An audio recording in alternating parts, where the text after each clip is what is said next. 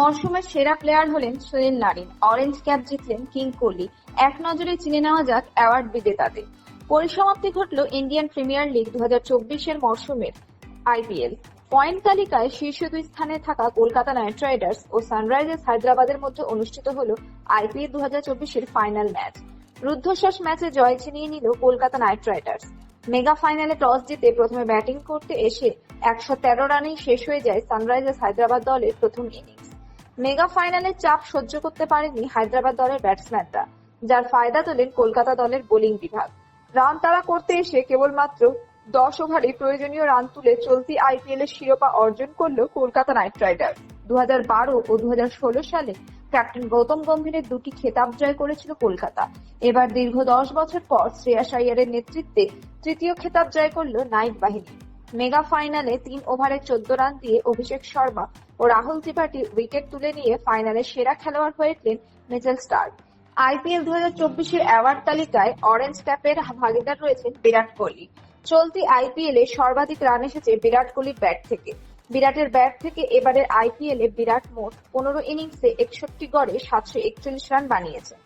এরপর পার্পেল ক্যাপের ভাগিদার রয়েছেন হর্ষল প্যাটেল। চলতি আইপিএলে সবথেকে বেশি উইকেট নিয়েছেন হর্ষল প্যাটেল। ডুয়েন ব্রাভো ও ভুবনেশ্বর কুমারের পর তৃতীয় বোলার হিসেবে দুইবার পার্পেল ক্যাপ জিতলেন হর্ষল প্যাটেল। চলতি মরশুমে তিনি 14 ম্যাচ খেলে নিয়েছেন 24টি উইকেট। এছাড়া সর্বাধিক ছক্কার অধিকারী রয়েছেন অভিষেক শর্মা। চলতি মরশুমে সর্বাধিক ছক্কা হাঁকিয়েছেন সানরাইজার্স হায়দ্রাবাদের অভিষেক শর্মা। এই মরশুমে তার ব্যাট থেকে এসেছে 42টি ছক্কা।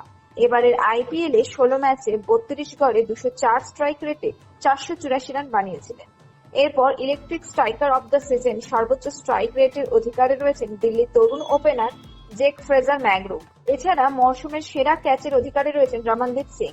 লখনৌ সুপার জায়ান্টস দলের বিরুদ্ধে ব্যাটসম্যান অশ্বিন কুলকার্নির ক্যাচটি ধরার জন্য কলকাতার রমনদীপ সিংকে মরশুমের সেরা ক্যাচের খেতাব দেওয়া হয়েছে। এমার্জিং প্লেয়ারের খেতাব দেওয়া হয়েছে নীতিশ কুমার রেড্ডিকে।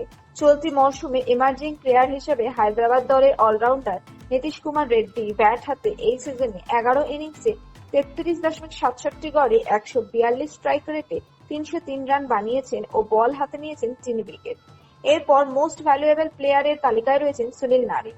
চলতি মরশুমে সেরা প্লেয়ার হলেন সুনীল নারিন।